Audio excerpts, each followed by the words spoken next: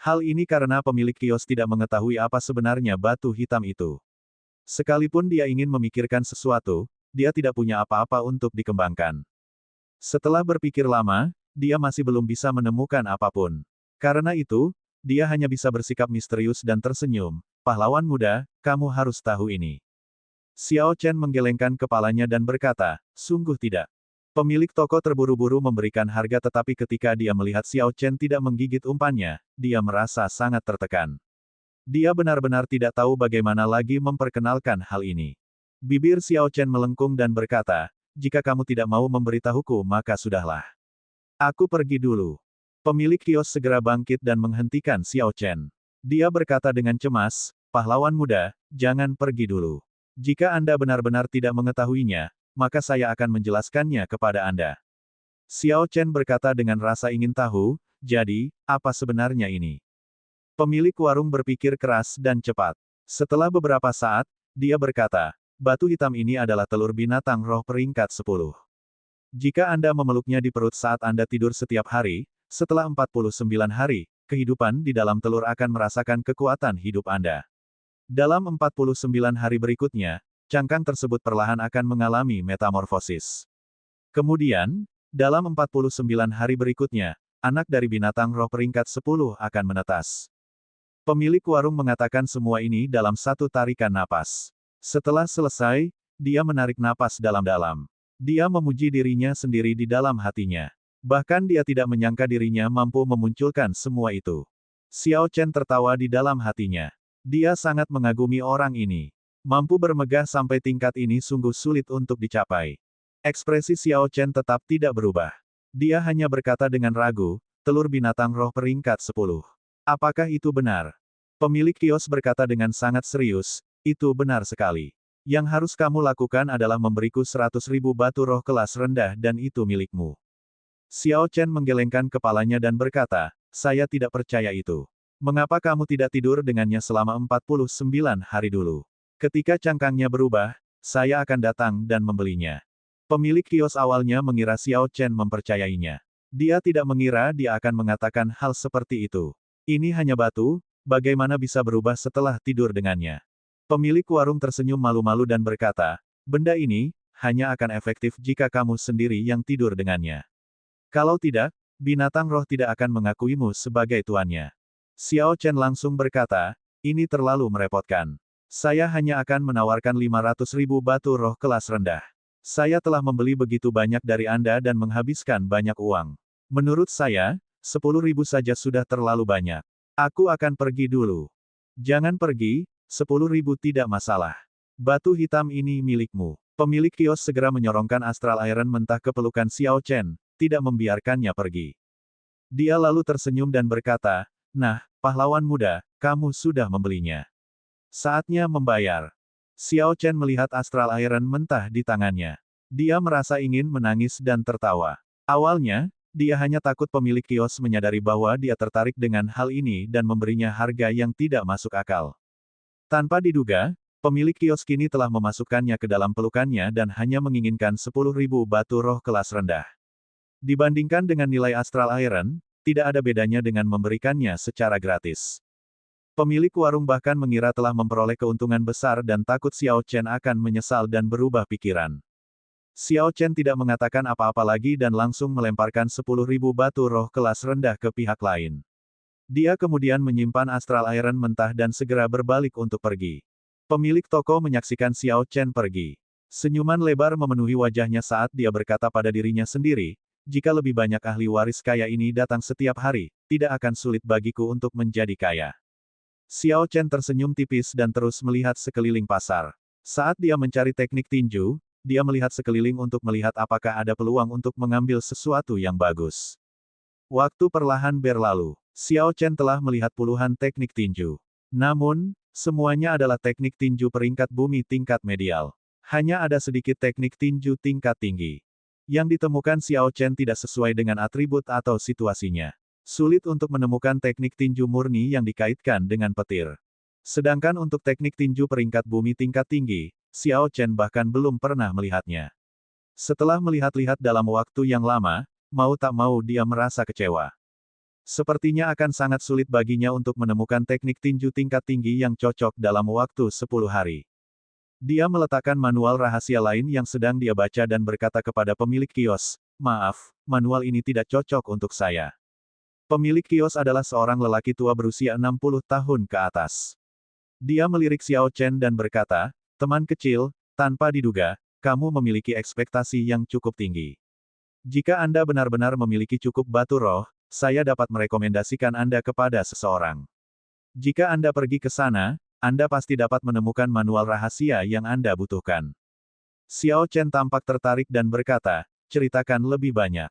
Orang tua itu hanya tersenyum dan tidak berkata apa-apa. Xiao Chen mengerti apa yang dia maksud dan dia segera mengeluarkan 200 batu roh kelas medial dan menyerahkannya. "Senior, tolong bantu aku di sini." Orang tua itu menimbang tas itu dengan batu roh dan tersenyum puas. "Setelah kamu meninggalkan jalan ini, jalan ketiga di sebelah kiri adalah jalan yang didedikasikan untuk menjual buku panduan rahasia. Pergi ke kios 100 dan lihatlah. Barang-barang di sana sangat mahal, tetapi mereka pasti memiliki apa yang Anda butuhkan." Xiao Chen berterima kasih pada lelaki tua itu dan pergi.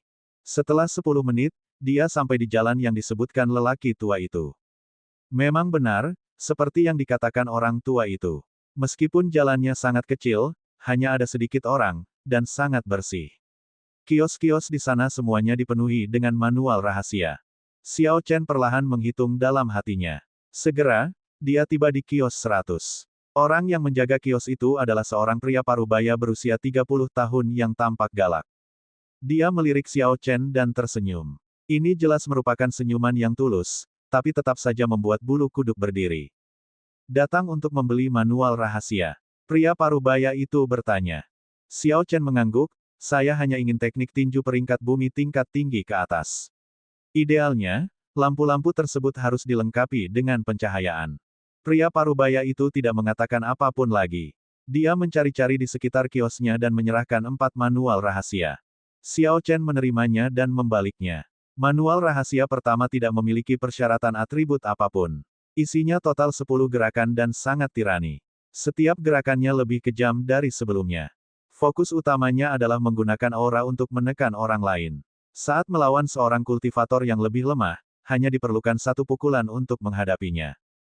Jika bertarung melawan lawan yang lebih kuat, kecuali seseorang memiliki gerakan yang sangat indah atau mampu menyerang lebih cepat, seseorang hanya dapat berbenturan secara langsung dan mencoba menekannya dalam hal aura. Namun kelemahannya adalah pengeluarannya yang sangat besar. Raja bela diri kelas unggul biasa hanya akan mampu mengeksekusi satu set teknik tinju ini sebelum kehabisan esens. Masalah lainnya adalah gerakannya tidak mengalir dengan baik satu demi satu. Itu sangat belak-belakan dan terus terang. Teknik tinju ini adalah teknik tinju peringkat bumi tingkat tinggi. Xiao Chen merasa itu tidak buruk. Jika tidak ada pilihan lain, dia akan mengambil ini. Teknik tinju tirani ini sesuai dengan kebutuhannya. Xiao Chen memiliki banyak esensi, lebih dari sekadar raja bela diri biasa. Dia juga bisa beralih antara esens dan vital ki untuk mendukung pengeluaran. Oleh karena itu, kelemahan pertama dapat diabaikan. Adapun kelemahan kedua, Xiao Chen tidak terlalu mempedulikannya. Baginya, teknik tinju hanyalah pelengkap. Dia masih memiliki teknik saber indah yang mengalir dengan sangat baik. Panduan kedua adalah teknik tinju yang dikaitkan dengan angin. Ini fokus pada pencapaian kecepatan serangan tercepat dan combo serangan yang luar biasa. Xiao Chen menggelengkan kepalanya dan menyerah. Dia sudah memiliki teknik saber yang sangat indah dan sangat cepat. Teknik tinjunya tidak perlu fokus pada kecepatan juga. Xiao Chen terus melihat manual ketiga. Itu adalah teknik tinju peringkat bumi tingkat tinggi yang dikaitkan dengan petir, tinju Raja Wali Guntur. Seorang ahli dari generasi senior mengamati Spirit Beast peringkat tinggi yang dikaitkan dengan petir, Thunder Rock, dan menciptakan teknik tinju ini berdasarkan wawasannya. Isinya adalah kecepatan Raja Wali Petir dan sifat mengamuknya. Itu juga berisi teknik yang digunakan oleh Thunder Rocks ketika mereka berburu mangsa dan wawasan yang dia peroleh sepanjang hidupnya. Xiao Chen berpikir, memang benar, lelaki tua itu tidak menipuku. Saya berhasil menemukan 2 teknik tinju yang cocok dalam sekejap. Saya harus terus mencari dan melihat apakah ada yang lebih baik. Jika tidak ada yang lebih baik, maka saya akan memilih satu dari keduanya. Manual rahasia keempat disebut Dragon Claw Fist. Itu adalah teknik bela diri yang menggabungkan teknik tinju dan teknik cakar. Ia beralih antara tinju dan cakar, membuat lawan lengah. Cakar naga, Xiao Chen sangat menyukai kata-kata ini, karena dia merasa kata-kata itu mungkin cocok dengan Azure Dragon Ki. Xiao Chen terus membaca. Tinju cakar naga adalah puncak teknik tinju peringkat bumi tingkat tinggi. Ekspresinya mau tidak mau berubah. Meskipun peringkat bumi tingkat unggul dan peringkat bumi tingkat unggul puncak hanya berbeda satu kata, perbedaan kekuatannya sangat besar. Kekuatan teknik tinju tingkat tinggi sudah sangat dekat dengan teknik tinju peringkat surga. Terlebih lagi, tanpa mencapai tingkatan kultivasi tertentu, seseorang tidak akan bisa menggunakannya.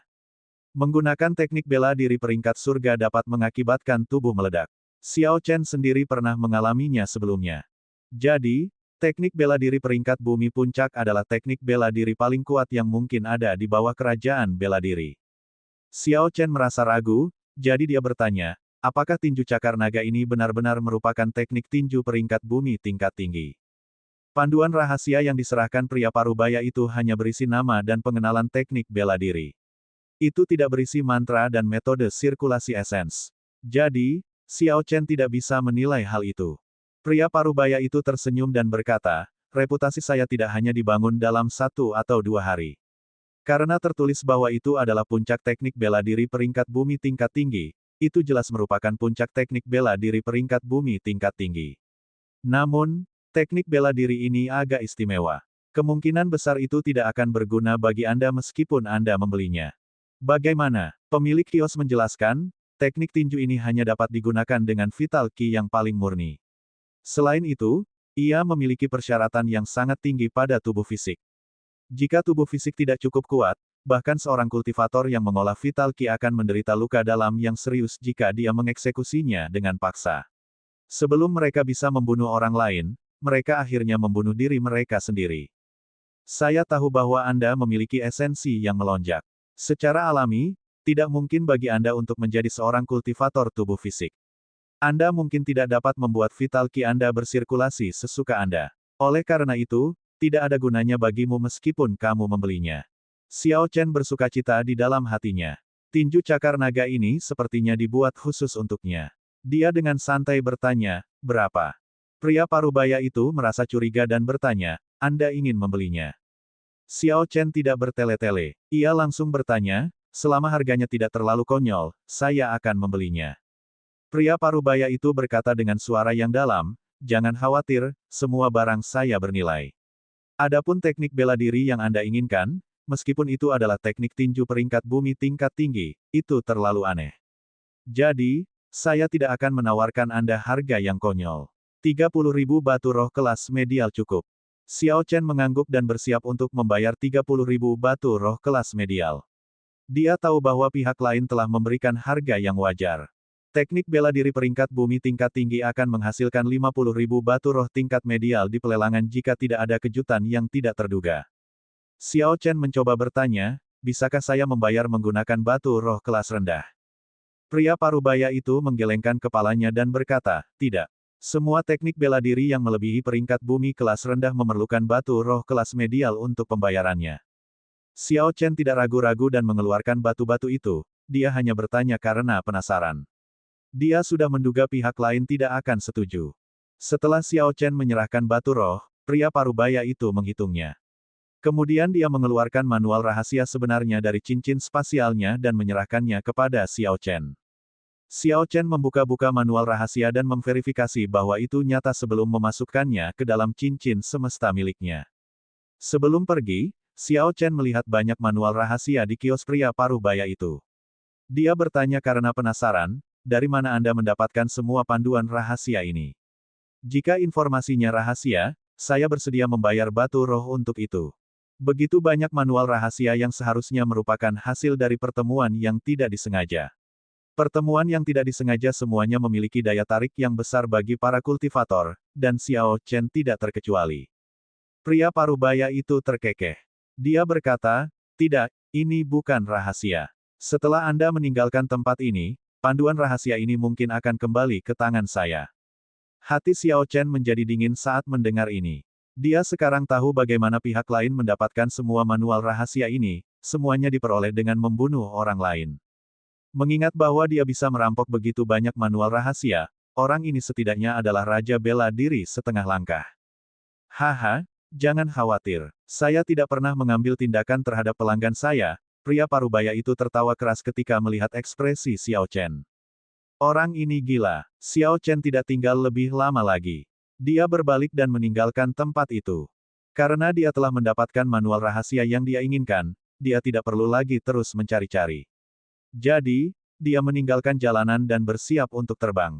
Namun, tepat pada saat itu, seorang kultivator yang mengenakan jubah hitam, dengan wajah tersembunyi di balik bayang-bayang, turun ke hadapannya. Lalu, dia langsung menuju ke utara. Xiao Chen merasa orang ini sangat familiar, jadi dia dengan cepat memperluas sense spiritualnya.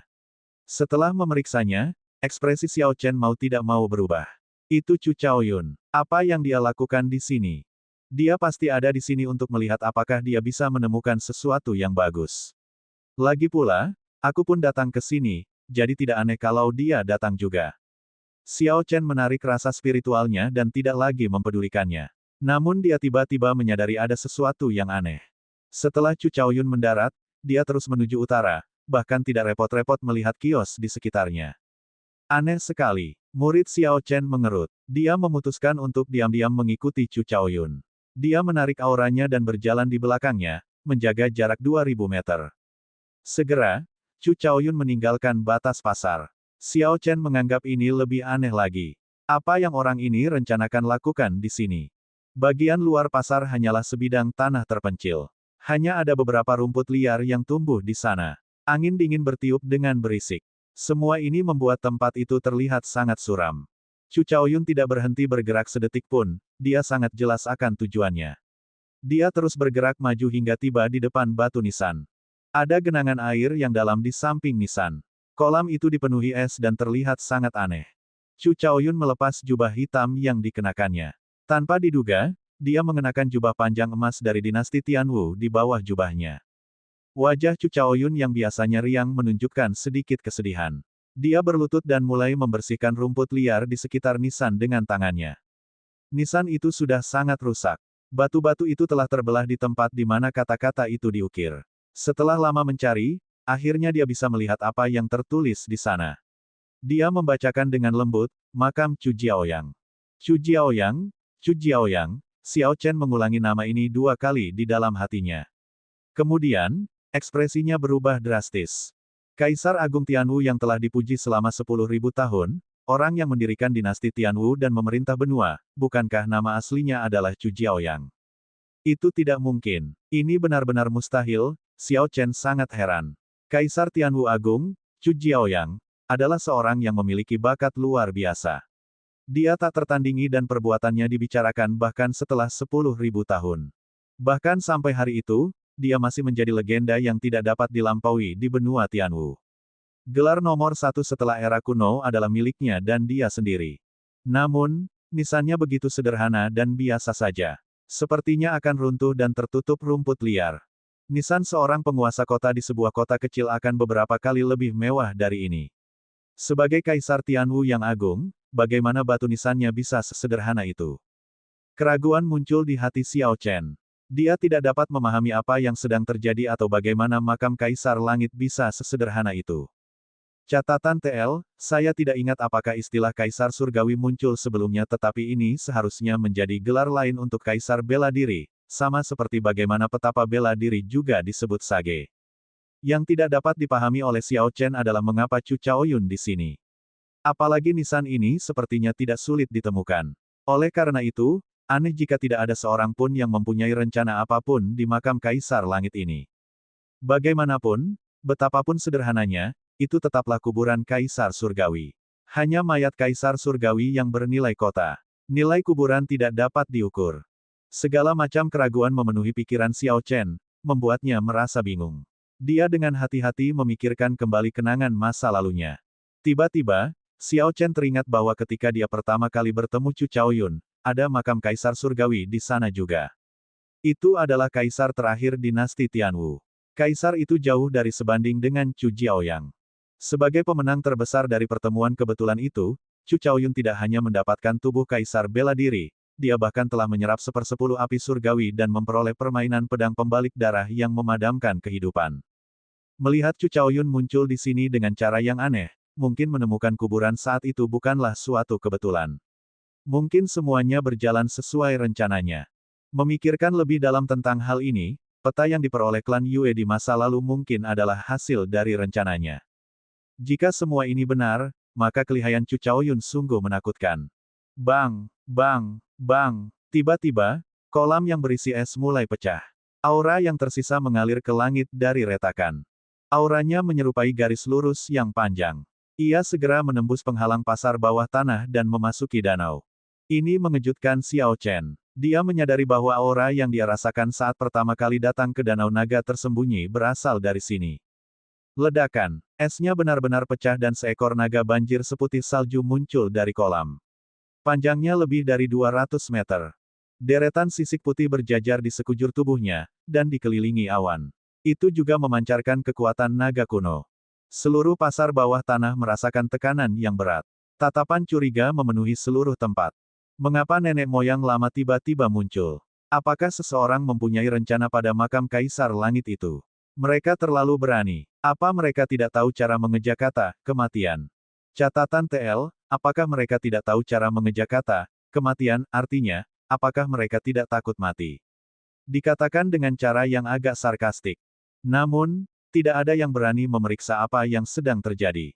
Mereka semua tetap di tempatnya dan melanjutkan apapun yang telah mereka lakukan. Betapapun penasarannya mereka, mereka tidak dapat mengumpulkan keberanian untuk mencari tahu apa yang sedang terjadi. Di luar dugaan, danau naga tersembunyi ini ternyata memiliki seekor naga yang tersembunyi di dalamnya. Xiao Chen berpikir dengan ngeri. Ini adalah naga banjir beku peringkat 10, makhluk yang sebanding dengan petapa bela diri puncak. Dilihat dari awan yang mengelilingi tubuhnya, ia jelas berada di ambang perubahan menjadi naga sejati. Tidak diketahui berapa lama naga banjir ini hidup. Bahkan jika Kaisar Bela Diri datang, dia tidak akan bisa melakukan apapun terhadapnya. Naga banjir ini adalah eksistensi puncak yang berdiri di atas mereka semua. Pantas saja tidak ada yang berani menyentuh makam Kaisar Langit sederhana yang ditempatkan di sana.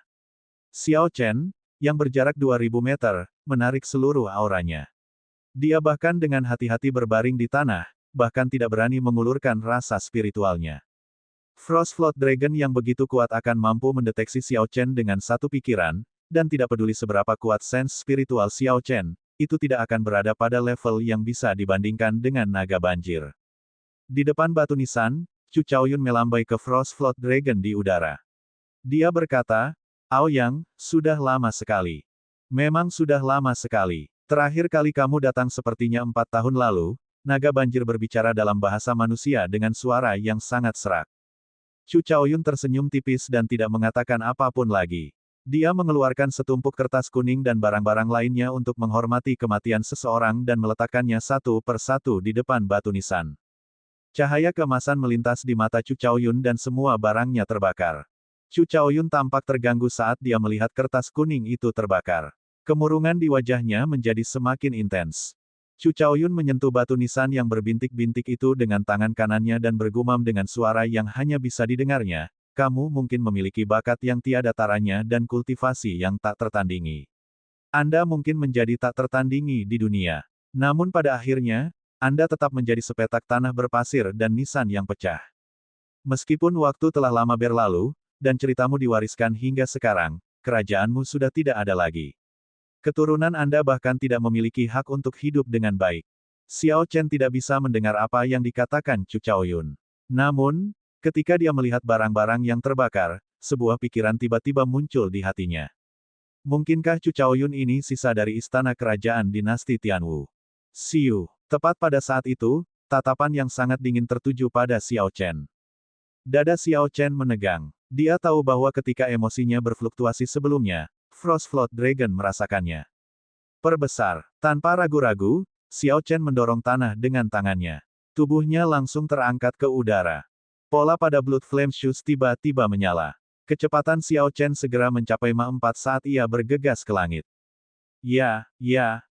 Saat Xiao Chen pergi, tempat dia berbaring sebelumnya tertutup lapisan es yang membentang 10 meter ke dalam tanah. Seluruh tanah di area itu berubah menjadi es dan pecah. Pecahan es yang tak terhitung jumlahnya melesat ke sekeliling. Ki dingin menyebar di tengah angin dingin yang menderu-deru, dan sebuah lubang besar yang dalam muncul di tanah. Semua ini terjadi dalam sekejap mata. Xiao Chen bahkan tidak tahu bagaimana Frost Flood Dragon bergerak, dia juga tidak merasakannya. Saat dia terbang menuju langit, dia merasa sangat cemas.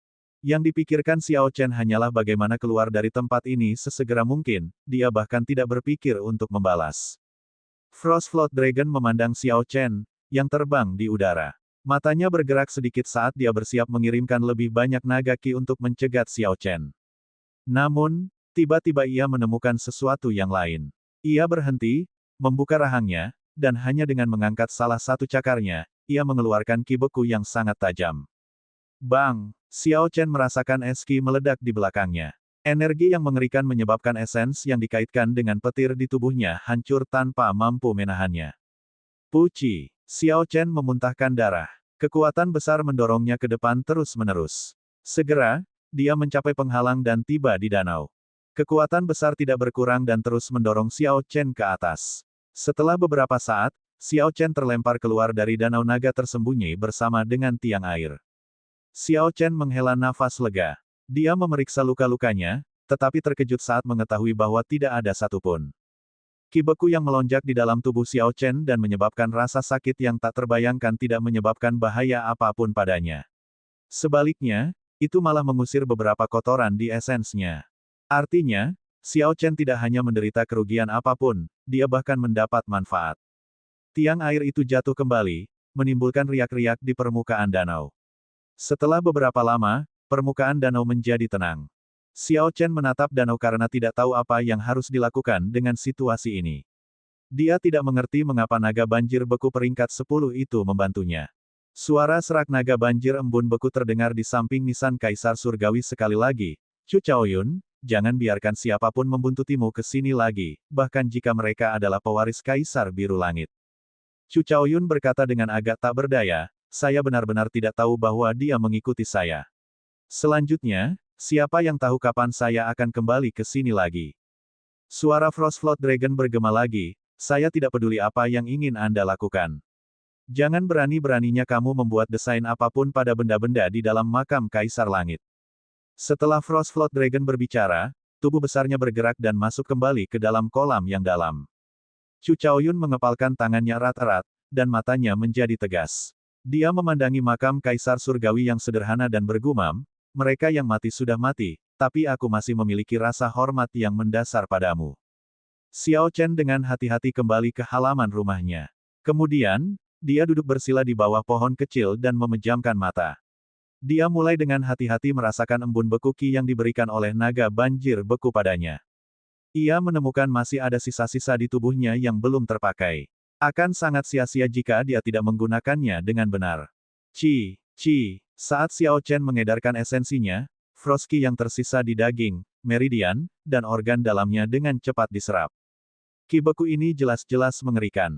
Namun, itu membuat Xiao Chen merasakan kehangatan tertentu. Dia tenggelam dalam pikirannya. Selain manfaat Frost Ki ini, dia juga memikirkan beberapa hal lain. Frost Ki ini dapat melukai beberapa orang tetapi membantu yang lain. Xiao Chen bertanya-tanya apakah prinsip ini juga berlaku untuk atribut lainnya. Angin memiliki sisi yang mengamuk tetapi juga memiliki aspek sejuk dan lembut yang dapat membuat seseorang merasakan kehangatan. Panasnya api bisa mematikan, tapi juga bisa membantu memasak, pada akhirnya itu adalah sesuatu yang perlu. Jadi, jika Xiao Chen berhasil menerapkan prinsip ini pada negaranya, pemahamannya tentang negara akan meningkat satu tingkat lagi. Namun, prinsip ini masih terlalu mendalam bagi Xiao Chen. Karena itu, dia mengumpulkan pikirannya dan berhenti memikirkannya untuk sementara waktu. Sebaliknya, dia fokus menyerap Frost Ki. Setelah sekitar 7 menit, Xiao Chen membuka matanya. Dia merasakan kehangatan dan mati rasa yang tiada taraf di tubuhnya. Semua ki keruh berkumpul di perutnya. Xiao Chen menjentikkan jarinya dan setetes darah hitam keluar. Begitu darah hitam meninggalkan tubuhnya, Xiao Chen merasakan seluruh tubuhnya rileks. Frost Ki yang sangat kuat. Tanpa diduga, itu berhasil menyembuhkan semua kerusakan tersembunyi yang belum saya sadari sebelumnya, kata Xiao Chen dengan heran sambil meregangkan tubuhnya. Dia masih tidak mengerti mengapa naga banjir beku peringkat 10 itu membantunya. Dong. Pada saat itu, seseorang mengetuk pintu, membuyarkan lamunan Xiao Chen. Xiao Chen membuka pintu dan melihat orang biasa berjubah abu-abu dengan 3 garis emas tersulam di kerahnya. Dia berdiri di luar sambil memegang surat. Bolehkah aku bertanya apakah pahlawan muda ini bermarga Xiao? Orang itu berkata dengan nada hormat sambil menangkupkan tangannya. Xiao Chen mengangguk untuk mengkonfirmasi. Pihak lain tersenyum dan berkata, kalau begitu, saya telah menemukan orang yang tepat. Surat ini untukmu. Kalau begitu aku akan pergi. Pihak lain mengulurkan amplop itu, tetapi Xiao Chen tidak segera mengambilnya. Orang yang menyampaikan surat itu mempunyai sikap yang sangat biasa. Dia tidak menunjukkan rasa takut dan rasa hormat yang akan ditunjukkan seseorang ketika bertemu dengan seorang kultivator tingkat tinggi. Terlebih lagi, menggunakan surat untuk meracuni penerimanya adalah sesuatu yang biasa terlihat. Lebih baik berhati-hati. Xiao Chen dengan lembut melambaikan tangannya dan seuntai esens keluar. Sebuah lubang segera muncul di amplop dan memperlihatkan surat di dalamnya. Surat itu terbuka dan melayang di udara. Setelah Xiao Chen membacanya, dia mengirimkan seuntai api ungu dan membakarnya menjadi abu. Aneh, mengapa Zuomo dari Bistaming Abode mengumpulkan semua orang? Zuomo adalah kakak senior pertama Pei Shaoxuan. Dia adalah murid generasi ketiga terkuat di Bistaming Abode. Dia sangat kuat dan berhasil menduduki peringkat 20 besar di kompetisi pemuda 5 negara sebelumnya. Dia adalah salah satu dari sedikit orang yang bisa menahan tekanan dan masuk 20 besar meskipun bukan berasal dari negara Jin Agung. Tidaklah berlebihan untuk mengatakan bahwa dia adalah ahli nomor 1 di negara Tang Besar. Isi surat itu sangat sederhana. Ia hanya mengundang Xiao Chen untuk menghadiri pertemuan yang berlangsung 5 hari kemudian. Sepertinya Zuomo bermaksud mengumpulkan semua orang yang berpartisipasi di putaran kedua untuk mengenal satu sama lain. Xiao Chen berkata dengan lembut, tidak apa-apa juga. Jika semua orang datang, itu akan memberi saya kesempatan untuk memeriksa situasi sebelumnya. Xiao Chen mengingat hal ini. Kemudian, dia mengeluarkan teknik tinju peringkat bumi tingkat tinggi, tinju cakar naga, dan membacanya dengan cermat. Tinju cakar naga adalah teknik tinju yang menggabungkan teknik tinju dan teknik cakar dengan sempurna. Perubahan mendadak antara cakar dan tinju menyebabkan lawan menjadi lengah. Menurut pengenalan dari manual rahasia, setelah dipraktekkan dengan sempurna, tidak ada lagi perbedaan antara tinju atau cakar. Ketika seseorang menyerang, itu akan mengandung kekuatan tinju dan ketajaman cakar. Teknik tinju memiliki total 7 gerakan. 3 gerakan pertama adalah fondasinya dan tidak memiliki nama apapun. Mereka hanya berfungsi untuk memungkinkan penggarap beralih antara tinju dan cakar dengan bebas. Mulai dari langkah keempat, menjadi sangat sombong. Setiap gerakan lebih kuat dari yang sebelumnya, dan setiap gerakan adalah gerakan mematikan. Selain itu, setiap gerakan memiliki 2 metode eksekusi, menggunakan tinju atau cakar. Tergantung pada apa yang digunakan, itu menjadi gerakan yang benar-benar baru. Jadi, mengetahui 4 jurus ini setara dengan mengetahui 8 jurus. Keempat jurus tersebut adalah, Berserk Dragon, Burning the Heavens, Breaking the Top, dan Seizing the Heart. Setelah membaca manual rahasia, Xiao Chen mulai memahaminya dengan hati-hati dengan mata tertutup. Setelah sekian lama, dia perlahan membuka matanya. Sebuah cahaya menyala di dalamnya. Dia menyimpan manual rahasianya dan mengikuti metode yang tercantum di dalamnya untuk mengedarkan Vital Ki-nya. Ledakan, ledakan. Vital Ki beredar di sekitar dada Xiao Chen, dan ketika berpindah ke lengan kanannya, ia terkena rasa sakit, rasanya dagingnya akan meledak. Bersamaan dengan rasa sakitnya, Xiao Chen merasakan energi yang sangat kuat mengalir ke lengannya. Sungguh energi yang kejam. Tak heran jika orang parubaya mengatakan bahwa orang yang tubuh fisiknya lemah sama sekali tidak bisa mempraktekkan teknik tinju ini. Xiao Chen tahu bahwa dia sedikit berlebihan. Dia sebenarnya telah menggunakan semua Vital Ki-nya saat pertama kali mencoba teknik ini. Karena itu, dia dengan cepat mengurangi jumlah Vital Ki hingga setengahnya. Sensasi menyakitkan segera lenyap dan Vital Ki-nya mengalir dengan sangat lancar. Segera, itu mengalir ke telapak tangannya. Xiao Chen menekan dan kekuatannya meledak di udara. Ledakan tersebut diikuti oleh hembusan angin kencang yang membuat dedaunan yang tak terhitung jumlahnya berterbangan ke udara.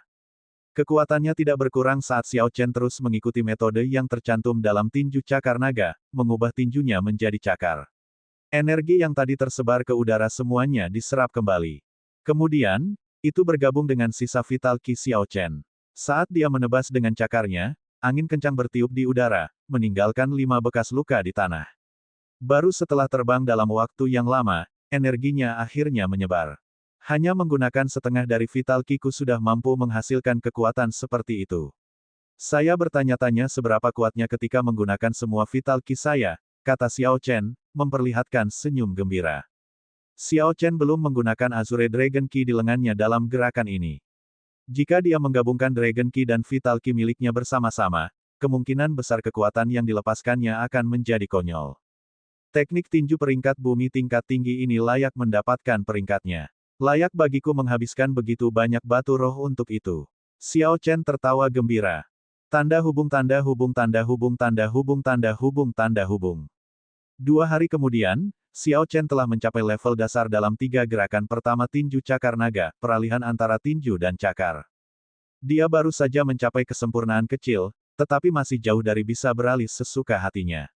Namun, itu adalah sesuatu yang datang seiring berjalannya waktu. Itu bukan masalah pemahaman Xiao Chen, itu hanya masalah waktu.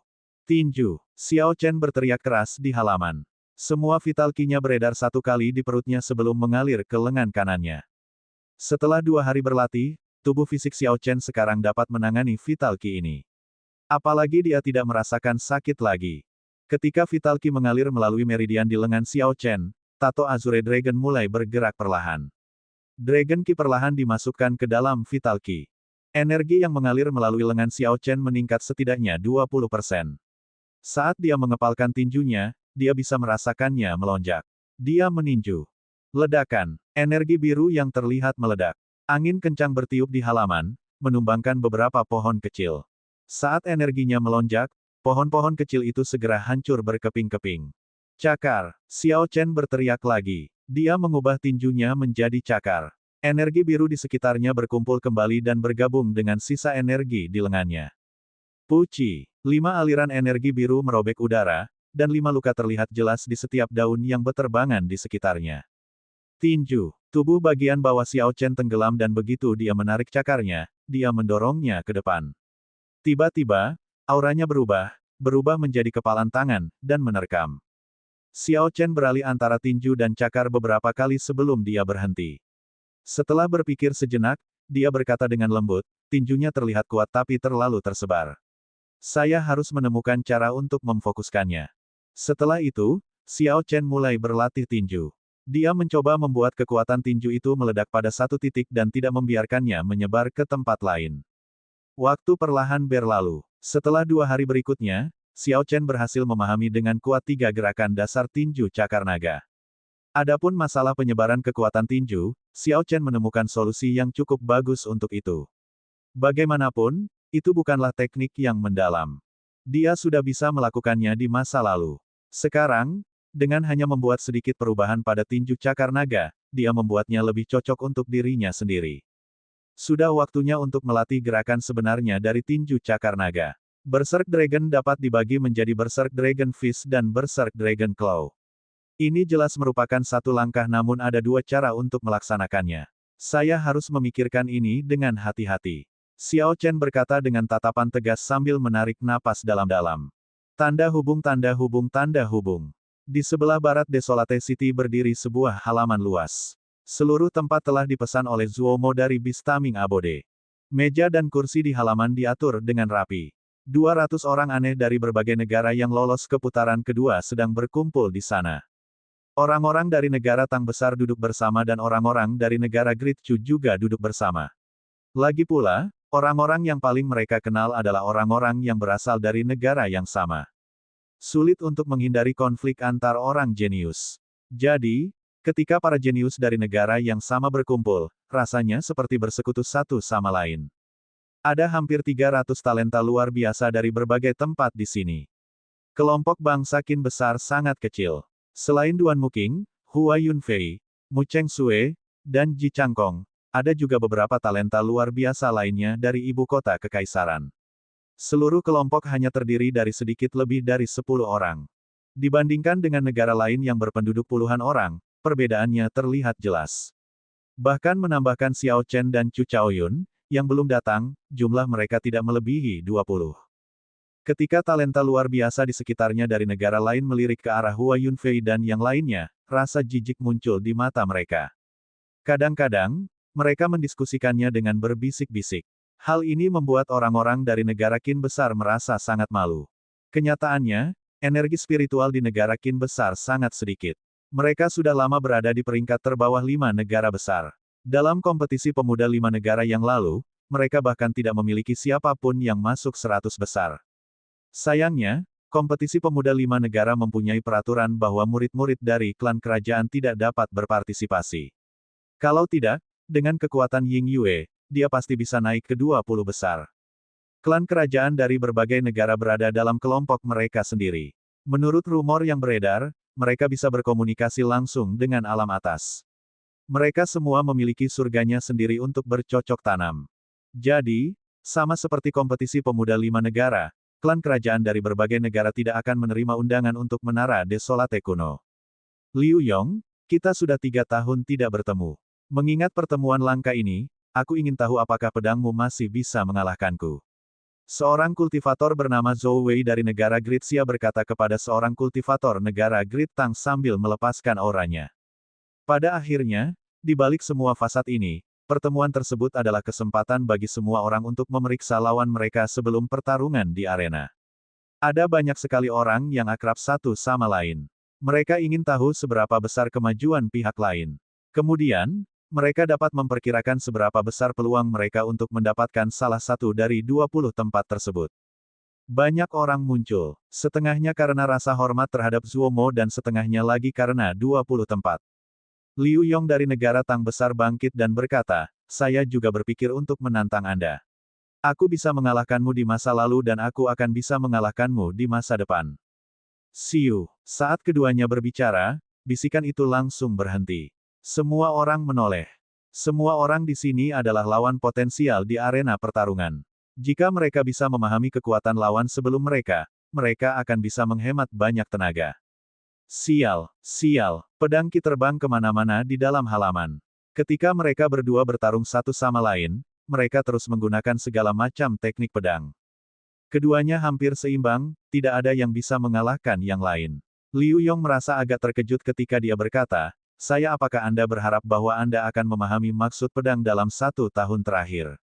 Terlebih lagi, Anda berhasil memahaminya hingga 30%, itu bukan prestasi yang sederhana. Zhou Wei mengeksekusi niat pedangnya hingga mencapai puncaknya. Dia merasa agak senang ketika berkata, 1 tahun sudah cukup untuk mengubah banyak hal. Jika hanya itu kemampuan yang kamu miliki, maka jika kamu bertemu denganku di arena pertarungan, lebih baik kamu kalah. Ledakan. Pedang di tangan Zhou Wei bergetar dan niat pedang yang lebih kuat tercurah. Pedang Qi yang keluar juga menjadi lebih tajam. Sial, sial, sial. Saat Zhou Wei mengayunkan pedangnya, Liu Yong terpaksa mundur beberapa langkah. Timbangan mulai menguntungkan Zhou Wei. Ini adalah maksud pedang yang telah saya pahami hingga 50%. Para kultivator yang menonton berbisik, 50% maksud pedang yang dipahami adalah puncak maksud pedang kesempurnaan kecil. Begitu seseorang melewati rintangan ini, itu akan menjadi niat pedang kesempurnaan hebat. Agar seorang pendekar pedang bisa memahami maksud pedang hingga 50% pada usia ini, mereka harus sangat kuat. Pantas saja Zhou Wei berani menantang Liu Yong. Kartu asnya ini menjelaskan segalanya. Ekspresi Liu Yong sedikit berubah, tetapi kembali normal dengan sangat cepat. Dia berkata dengan acuh tak acuh, 50% memahami maksud pedang. Saya telah mencapainya setengah tahun yang lalu, tetapi Anda mungkin baru mencapainya baru-baru ini. Ledakan. Niat pedang Liu Yong juga melonjak dan auranya meningkat. Penanganan niat pedangnya bahkan lebih baik daripada Zhou Wei. Terlebih lagi, niat pedang Liu Yong lebih kuat.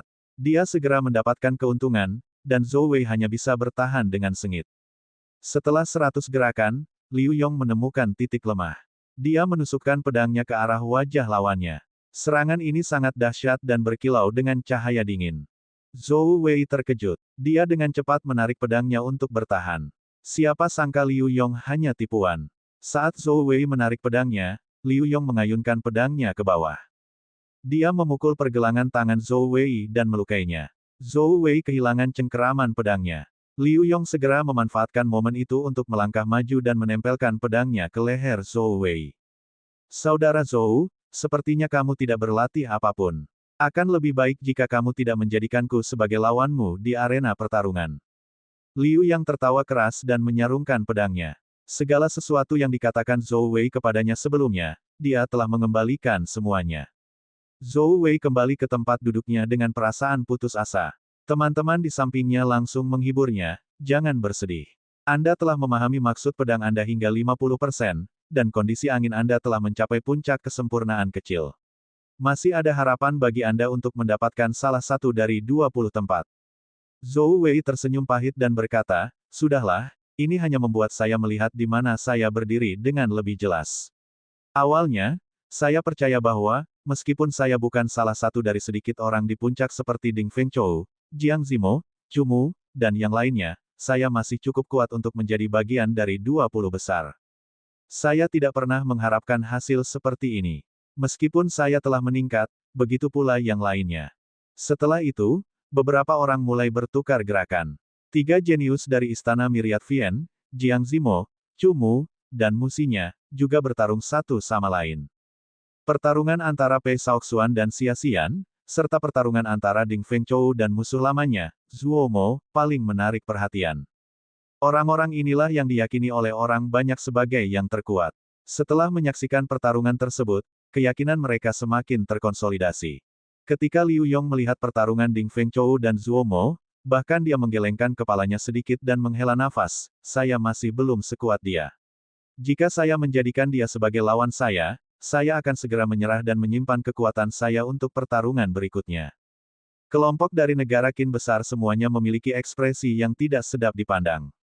Mereka awalnya mengira bahwa mereka tidak jauh lebih lemah dibandingkan orang-orang dari negara-negara besar lainnya. Mereka berpikir setidaknya mereka punya peluang.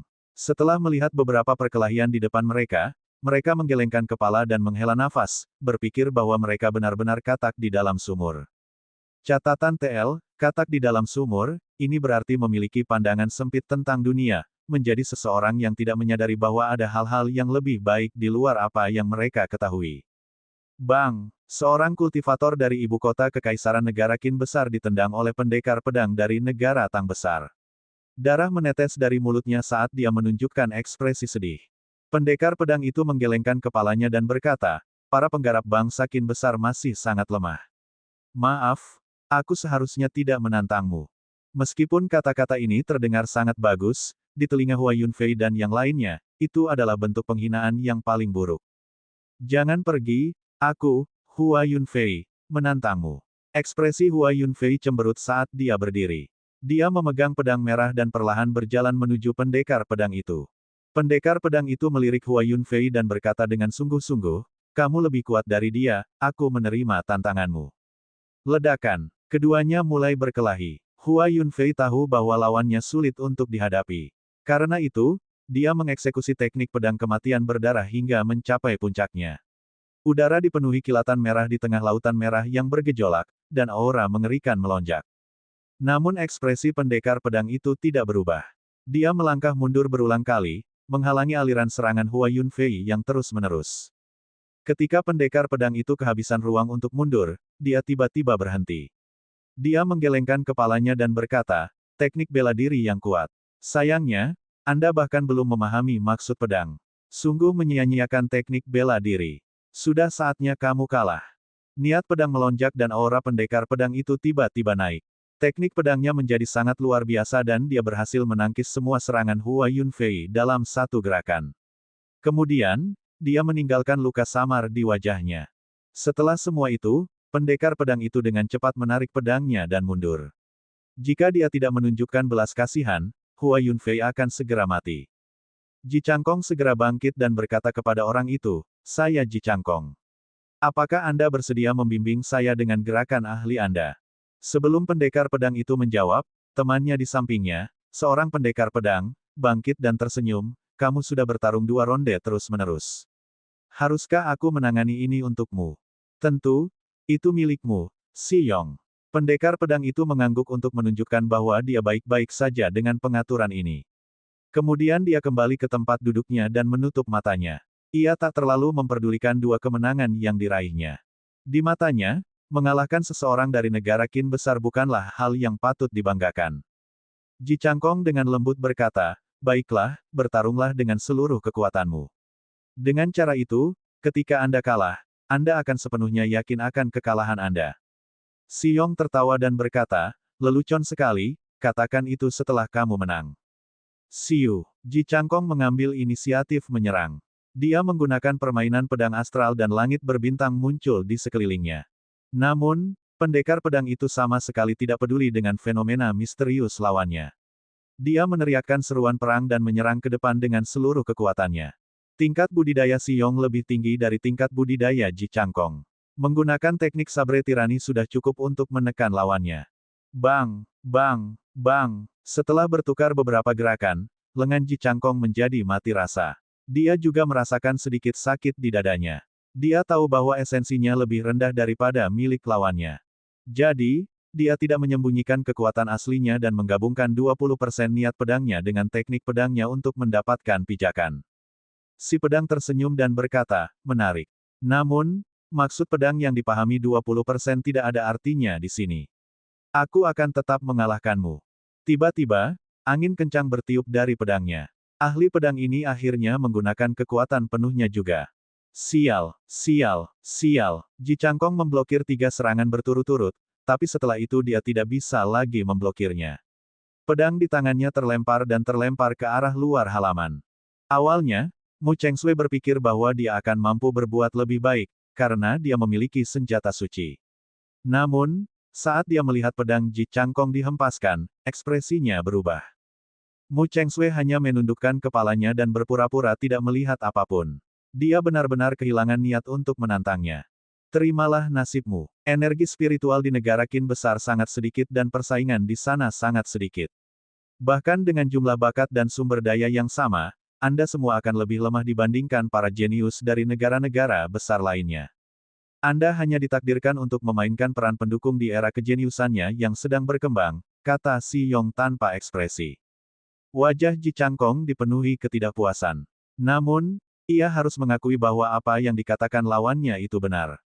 Weng, weng. Tepat pada saat ini, dengungan pedang yang merdu dan berlarut-larut bergema di luar halaman. Semua orang dengan cepat menoleh. Mereka hanya melihat seorang pendekar pedang berjubah putih berdiri di luar dan menggenggam ujung pedang dengan 2 jari.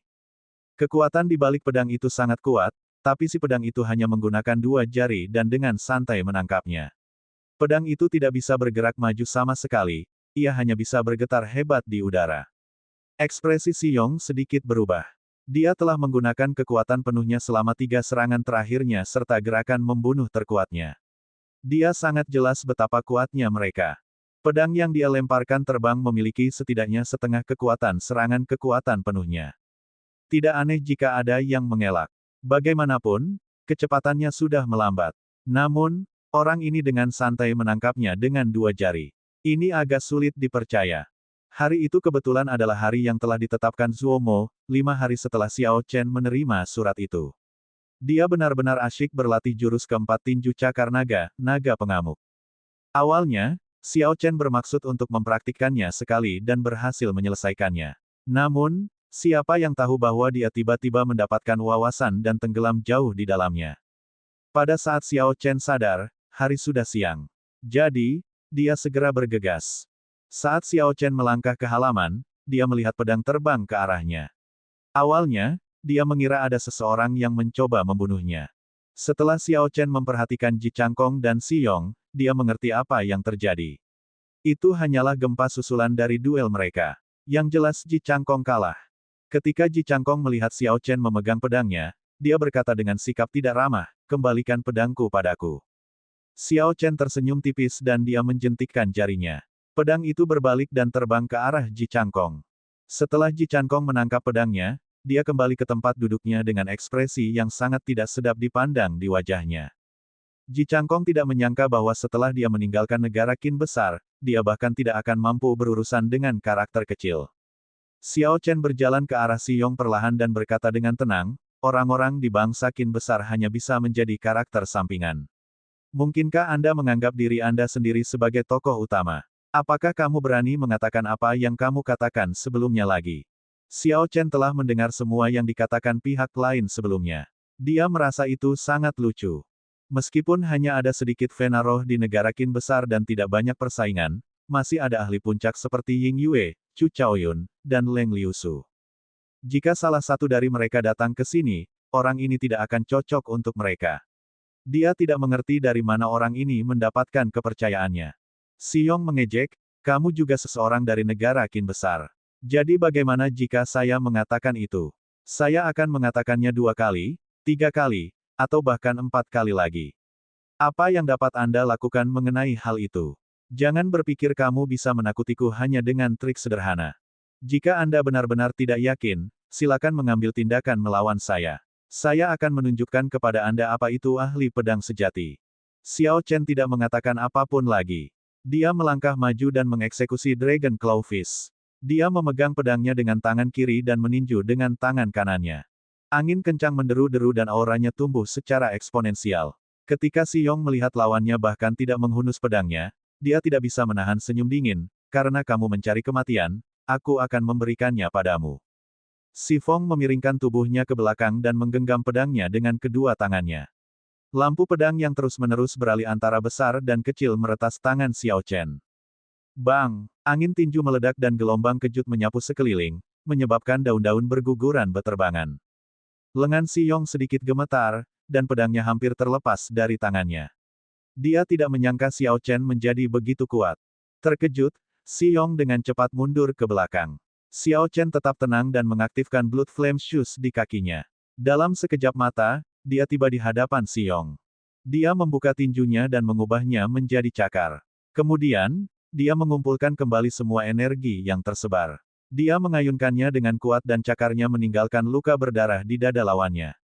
Sial, aku ditipu. Ternyata orang ini menggunakan teknik cakar. Xi Yong mundur sekali lagi. Pada saat yang sama, dia mengayunkan pedangnya, mencoba menghentikan Xiao Chen mengayunkan cakarnya lagi. Xiao Chen langsung mengepalkan tangannya dan mengubah cakarnya menjadi kepalan. Angin kencang bertiup, kali ini, Xiao Chen memasukkannya dengan Azure Dragon Key. Kekuatan pukulan ini menghancurkan pedang di tangan Xi Yong. Namun, ia tidak kehilangan kekuatannya dan terus bergerak menuju dada orang tersebut. Ledakan, itu merobek pakaian Xi Yang dan melemparkannya lebih dari 100 meter ke udara. Kekuatan dari kecocokan ini benar-benar melebihi ekspektasi semua orang. Mereka merasa ketakutan saat melihat ini. Xiao Chen bahkan belum menghunus pedangnya, tapi dia hanya menggunakan 3 serangan untuk mengalahkan Xi Yong, kekalahan yang luar biasa dan mudah didapat. Hanya orang yang pergi ke ring gulat yang sama dengan Xiao Chen yang tidak terkejut.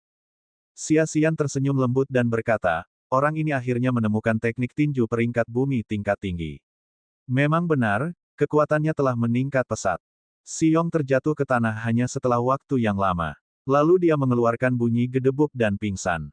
Teman-teman Soyong menatap Xiao Chen dengan sikap bermusuhan dan mereka segera bergegas untuk membawanya pergi. Hal ini terutama terjadi pada pendekar pedang itu, niat membunuh yang samar muncul di tatapannya. Ketika Hua Yunfei dan yang lainnya melihat Xiao Chen berurusan dengan Xi Yong dalam 3 gerakan, hati mereka tenggelam. Sepertinya ada sesuatu yang pecah di sana. Kembali ke alun-alun, ketika mereka pertama kali melihat Xiao Chen, mereka bahkan mengatakan bahwa mereka akan menghajar Xiao Chen secara pribadi. Siapa yang tahu bahwa mereka bahkan tidak mampu menghadapi satu pun karakter kecil dalam pertemuan ini. Adapun targetnya, dia dengan mudah mengalahkan orang itu dalam 3 gerakan. Rasa tidak berdaya muncul di hati mereka. Mereka tidak menyangka Xiao Chen akan membuat jarak sejauh itu di antara mereka dalam waktu setengah tahun. Sepertinya tidak mungkin mereka bisa mengungguli dia lagi. Mungkin mereka bahkan tidak memiliki kesempatan untuk menutup kesenjangan tersebut, bahkan sedikit pun. Zuomo, yang duduk di tengah, memperhatikan Xiao Chen berjubah putih dengan penuh minat. Dia mulai bertepuk tangan dan tertawa, pendekar berjubah putih, Xiao Chen, benar-benar pantas mendapatkan ketenarannya karena memperoleh 100 kemenangan berturut-turut. Kamu benar-benar tangguh. Dia adalah kontestan dengan 100 kemenangan berturut-turut. Banyak orang di halaman langsung melirik penasaran. Bisikan-bisikan pelan memenuhi tempat itu. Meskipun sebagian besar dari mereka pernah mendengar cerita tentang seseorang yang memperoleh 100 kemenangan berturut-turut, banyak yang belum melihat seperti apa rupanya atau mengetahui siapa dirinya. Saat ini, semua orang fokus pada Xiao Chen.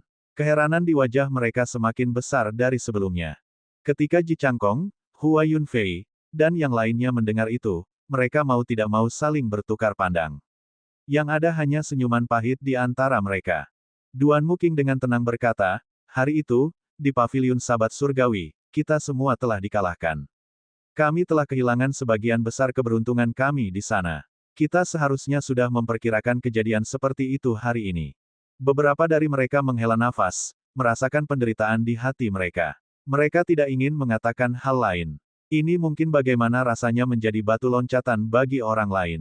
Adapun mereka bahkan tidak memenuhi syarat untuk menjadi batu loncatan Xiao Chen lagi. Bisa dengan mudah dibayangkan betapa kesalnya mereka sekarang. Xiao Chen memandang Zuo Mo, kakak senior Pei Shaoxuan yang misterius. Dia berkata dengan lembut, saya hanya beruntung, itu tidak seberapa. Zuo Mo tersenyum lembut, apakah tidak ada yang pernah memberitahumu bahwa keberuntungan adalah sejenis kekuatan?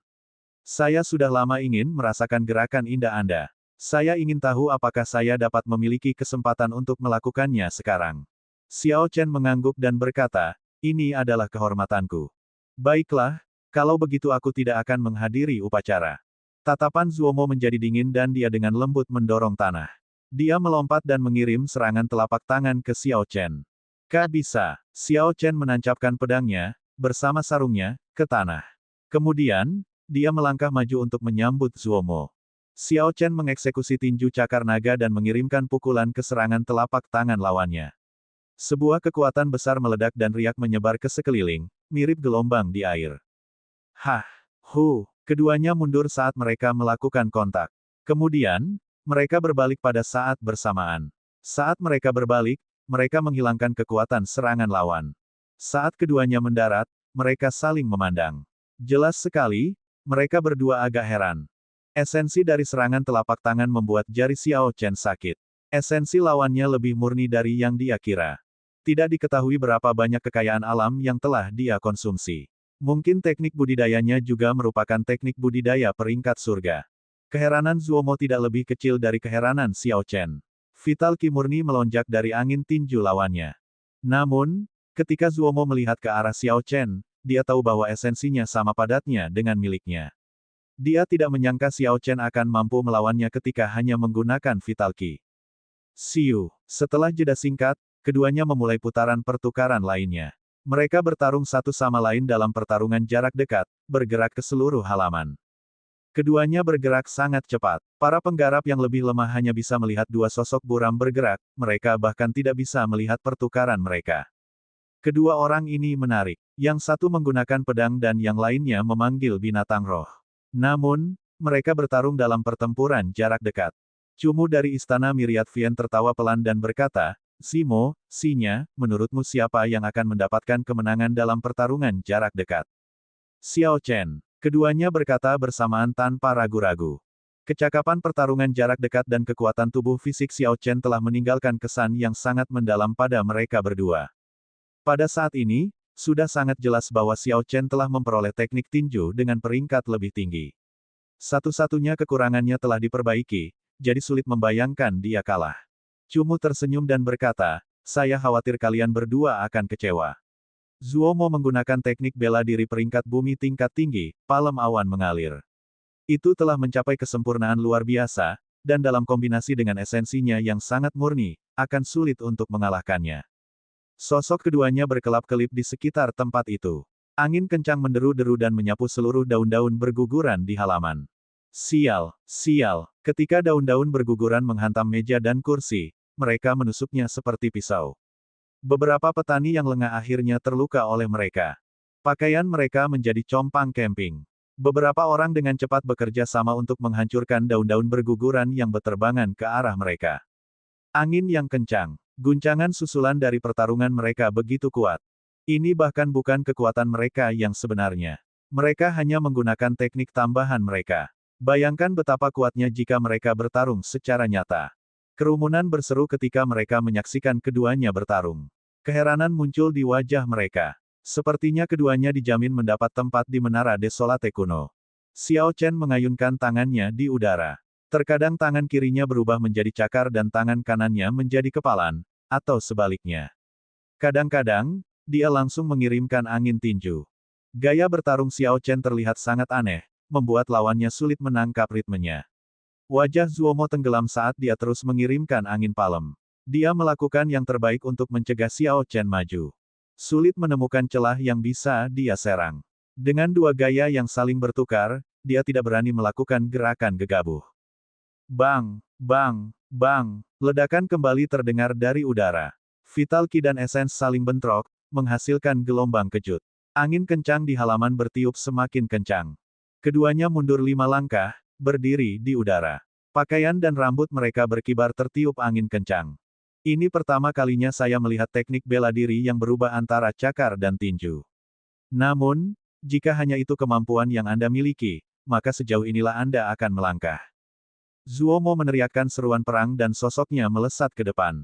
Dia mengirimkan angin palem dan awan di langit bergabung menjadi satu, menyatu menjadi lautan awan. Meledak, Zuomo mengirimkan serangan telapak tangan lagi dan awan yang mengalir semakin berkumpul. Ketika mereka mendekati Xiao Chen, mereka meledak. Gelombang kejut yang mengerikan melonjak. Xiao Chen menyilangkan lengannya dan mengambil posisi naga tersembunyi harimau berjongkok. Setelah itu, dia mundur 100 meter. Awan mengalir meledak. Rantai serangan telapak tangan yang tak berkesudahan mengirimkan awan yang mengalir ke Xiao Chen seperti armada meriam. Xiao Chen berdiri tegak di udara, tidak mundur setengah langkah pun. Seekor harimau dan naga mengaum di sekelilingnya saat dia menahan rantai semburan awan mengalir yang tak berujung ini secara langsung. Bang, bang, bang, awan yang berputar-putar meledak di udara. Energi dari esensi murni meledak, membentuk awan baru, terang dan mempesona di udara. Awan indah yang tak terbatas menyelimuti Xiao Chen, tidak memungkinkan orang banyak melihat situasi di dalam. Ketika Snumu merasakan energi dari awan yang indah, dia tersenyum tipis dan berkata, "Saya menebak dengan benar, bukan?" Setelah mencapai kesempurnaan luar biasa, kekuatan telapak awan mengalir setidaknya berlipat ganda. Fenomena misterius yang ditimbulkannya menjadi sangat mencengangkan. Saat cahaya dari awan memudar adalah saat Xiao Chen dikalahkan. Bahkan jika dia memiliki teknik saber yang belum dia gunakan, Zuomo juga memiliki binatang roh yang belum dia panggil. Pada akhirnya, Xiao Chen masih sedikit lebih lemah dari Zuomo. 100 kemenangan berturut-turutnya hanya bisa dijelaskan sebagai keberuntungan. Jiang Zimo memandangi awan cerah dan indah di udara. Kemudian, dia menggelengkan kepalanya dan berkata, "Mungkin tidak. Apakah kamu masih memaksakan pendapatmu? Kalau begitu, kita akan menunggu hasil pertarungan ini." Cumu tidak mengerti mengapa Jiang Zimo tetap teguh pada keyakinannya. Siu. Ketika cahaya benar-benar tersebar, Xiao Chen perlahan menampakkan dirinya. Jubah angin jernih putihnya berkibar tanpa henti di udara. Rambutnya beterbangan kemana-mana, tapi sepertinya dia tidak memiliki ekspresi sedih di wajahnya. Ekspresi Zuomo sedikit berubah. Dia merasa tidak percaya. Dia berpikir, seberapa kuat sebenarnya tubuh fisik orang ini. Bahkan Martial Monarch setengah langkah tidak akan berani menerima Flowing Cloud Burst-ku dengan enteng. Xiao Chen menurunkan lengannya yang bersilangan dan perlahan mendarat. Dia menekan ki dan darah yang melonjak di tubuhnya. Lalu, dia berkata, "Cloud Burst yang mengalir. Tidak buruk. Giliranmu menerima serangan dariku." Tinju naga mengamuk. Xiao Chen berteriak dan sosoknya berkedip. Dia mengedarkan Vital Ki-nya untuk satu siklus di perutnya dan kemudian dengan cepat mengirimkan Vital Ki yang mengamuk ke lengannya. Otot-otot di lengan kanannya langsung menonjol. Tato Azure Dragon juga mulai bergerak dengan cepat. Xiao Chen merasa dia dipenuhi dengan energi tak terbatas. Mengaum. Ilusi samar kepala Azure Dragon muncul di lengan Xiao Chen. Ia dengan cepat menyerbu Zuomo membawa kekuatan naga Azure. Awan mengalir meledak. Gerakan Xiao Chen terlihat sangat kuat, sehingga Zuomo tidak berani gegabah. Dia segera memasukkan semua awan putih yang mengambang ke telapak tangan kanannya. Cahaya putih cemerlang muncul di tengah telapak tangannya. Kerumunan menahan napas saat mereka fokus dan melihat dengan cermat. Cumu dari istana Myriad Vien memiliki ekspresi terkejut di wajahnya. Dia tidak menyangka Xiao Chen bisa mengirimkan serangan sekuat itu. Bang! Telapak tangan yang cerah berbenturan dengan kepala naga. Ledakan yang memekakkan telinga terdengar, dan bola energi setengah lingkaran muncul di hadapan keduanya saat mereka bentrok dengan intens.